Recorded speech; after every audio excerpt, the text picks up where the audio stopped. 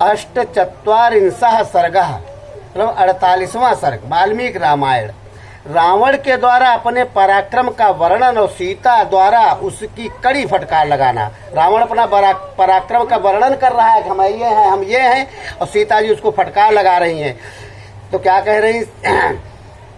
एवं ब्रुवत्याम सीतायाम संरब्धः परुषं वचः, एवं ब्रुवत्याम सीतायां संरब्धः परुषं वचः, ललाटे भ्रुकुटिं कृत्वा रावणः प्रत्युवाच।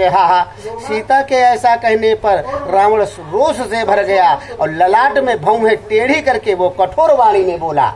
क्या कहने लगा कि भ्राता वै श्रवणस्याहं सा पतनो वरवर्णिनी, भ्राता वै श्रवणस्याहं सा पतनो वरहि वर्णिनी, रावणो नाम भद्रं ते दशग्रीवः प्रतापवान।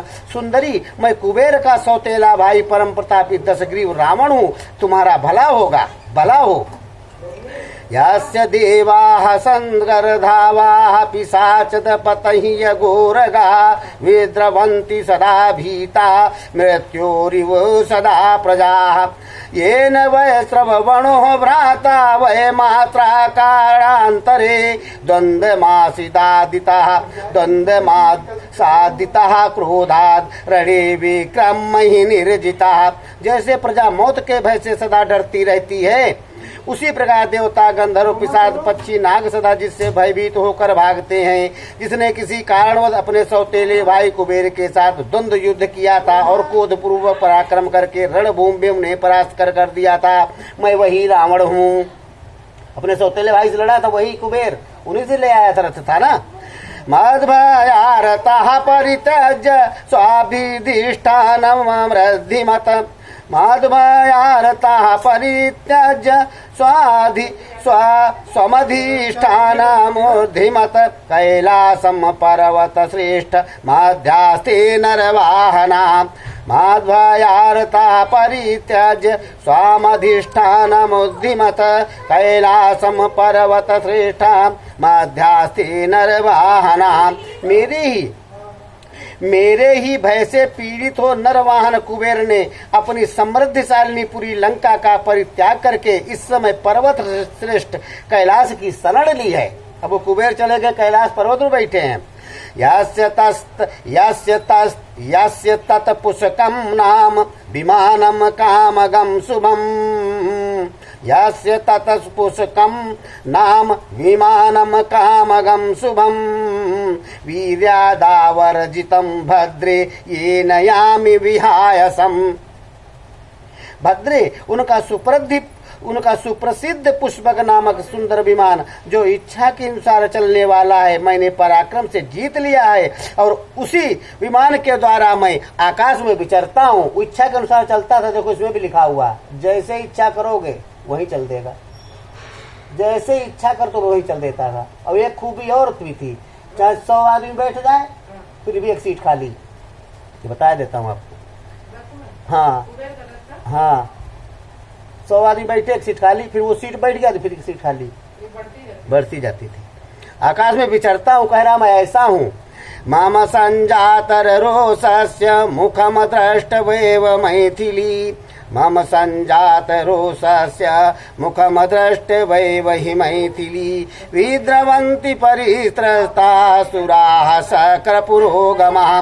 मिथिलेश कुमारी, जब मुझे रोष चढ़ता है उस समय इंद्र आदि सब देवता मेरा मुंह देख कर ही भय से थर्रा उठते हैं और इधर उधर भाग जाते हैं।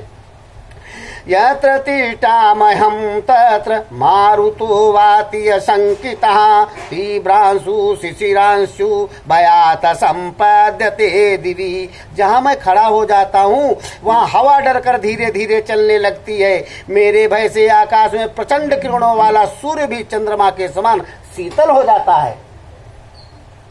निष्कम्पस्त्रास्ततिर्वो निष्कम्पस्त्रास्तरवो नद्यश्च स्तिमितोदकाः भवन्ति यत्र तत्राहं तिष्ठामि च चरामि च। जिस स्थान पर ठहरता या भ्रमण करता हूँ वहाँ वृक्षों के पत्ते तक नहीं हिलते और नदियों का पानी स्थिर हो जाता है। मम पारे समुद्रस्य लंका नाम पुरी शुभा। मम पारे समुद्रस्य लंका नाम पुरी शुभा। संपूर्ण राक्षसोरधर थेन्द्र श्यामरावती। समुद्र के उस पार लंका नामक मेरी सुंदर पुरी है जो इंद्र की अमरावती के समान मनोहर तथा घोर राक्षसों से भरी हुई है।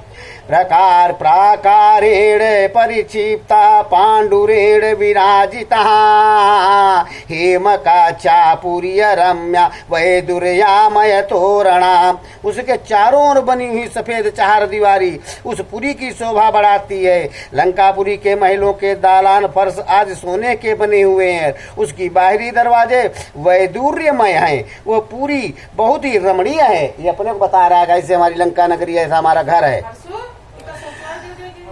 हस्त हस्त हस्तस्य वरथ संबाधा तूर्यनाद विनादिता।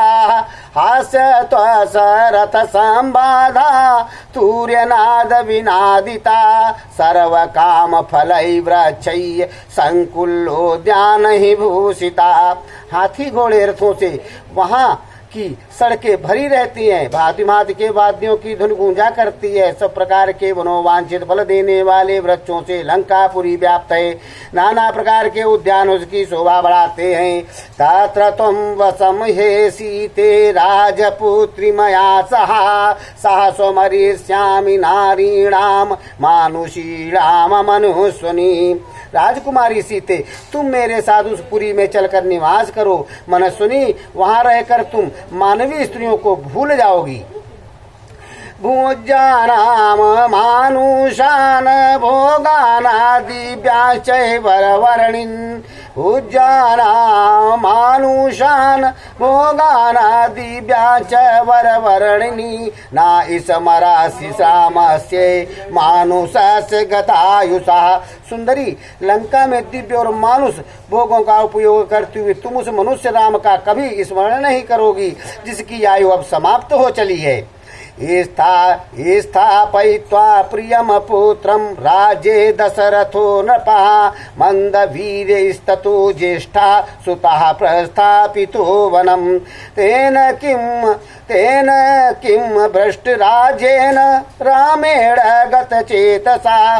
करिष्यसि विशालाक्षी तापसेन तपस्विनः। विशाल लोचने राजा दशरथ ने अपने प्यारे पुत्र को राज पर बिठाकर जिस अल्प पराक्रमी ज्येष्ठ पुत्र को वन में भेजा है वो राज्य भ्रष्ट बुद्धिहीन तपस्या में लगे हुए तापस राम को लेकर क्या करोगी। राक्षस भरतारम कामय स्वयमागतम। राक्षस भरतारम कामय स्वयमागतम। नामनमात् शराविष्टम प्रत्याख्यातुम त्वमर्हसि।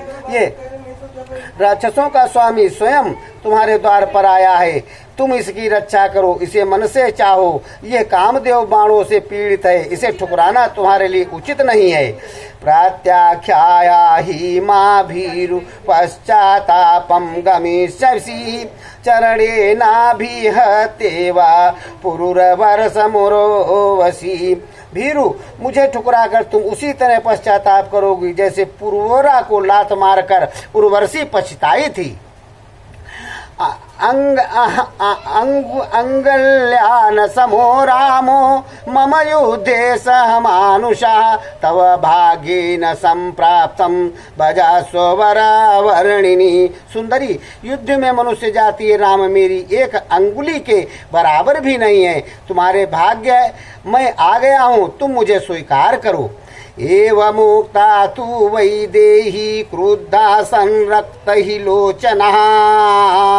एवमुक्ता तु वैदेही क्रुद्धा संरक्त हि लोचनः अब्रवीत परुषं वाक्यम रहिते राक्षसदाधिपम। रावण के ऐसा कहने पर विदेह कुमारी सीता के नेत्र क्रोध से लाल हो गए। उन्होंने उस एकांत स्थान में राक्षस रावण से कठोर वाणी में कहा, कथम वै श्रवणं देवं सर्वदेव मनस्कृतं, कथम वै श्रवणं देवं सर्वदेव नमस्कृतं, प्रातरं व्यवधिश्च त्वं शुभं कर्तुर्मिच्छसि। अरे भगवान कुबेर तो संपूर्ण देवताओं के वंदनीय है, तू उन्हें अपना भाई बताकर ऐसा पाप कर्म कैसे करना चाहता है। अवश्यम विनश्यन्ति अवश्यम विनश्यन्ति सर्वे रावण ही राक्षसः, अवश्यम विनश्यन्ति सर्वे रावण राक्षसः, ये शाम तुम सकरसु ये शाम तुम ककरसु राज दुर्बीजे जितेंद्रिया। रावण जिनका तुझ जैसा क्रूर दुर्बुद्धि और अजितेंद्रिय राजा है, वो सब राक्षस अवश्य ही नष्ट हो जाएंगे। अपरहस सचिय भार्या शक्यमेन्द्रस्य हि जीवितुं नहि रामस्य भार्या मामानीय स्वस्तियमान भवेत। इंद्र की पत्नी सची का अपहरण करके कैसे संभव है कोई जीवित रह जाए, किंतु राम पत्नी मुझ सीता का हरण करके कोई कुशल से नहीं रह सकता है। इंद्र की पत्नी सची का अपहरण करके संभव है, इंद्र की पत्नी सची का अपहरण करके संभव है कि कोई जीवित रह जाए, किंतु राम पत्नी मुझ सीता का हरण करके कोई कुशल से नहीं रह सकता है। जीवचरम वज्रधरस्य पश्चाच्छी प्रतीकैरूपमाम्, जीवीचरम वज्रधरस्य प्रच्छाक्षिप्रध्रस्य प्रतिरूपमाम्, मा नामाद्रसी राक्षसधर सयित्वा पीतामृतस्यापीतवास्तियमोक्षः। राक्षस वज्रधारी इंद्र की अनुपम रूपवती भार्या सची का तिरस्कार करके संभव है कोई इसके बाद भी चिरकाल तक जीवित रह जाए, परंतु मेरी जैसी स्त्री का अपमान करके तू अमृत भी पी ले तो भी मैं तुझे जीते जी छुटकारा नहीं मिल सकता है। इत्यार्थ से श्रीमद् रामायणे वाल्मीकि आदि काव्ये अरेण्यकांडेष्ट सर्गा 48वां सर्ग।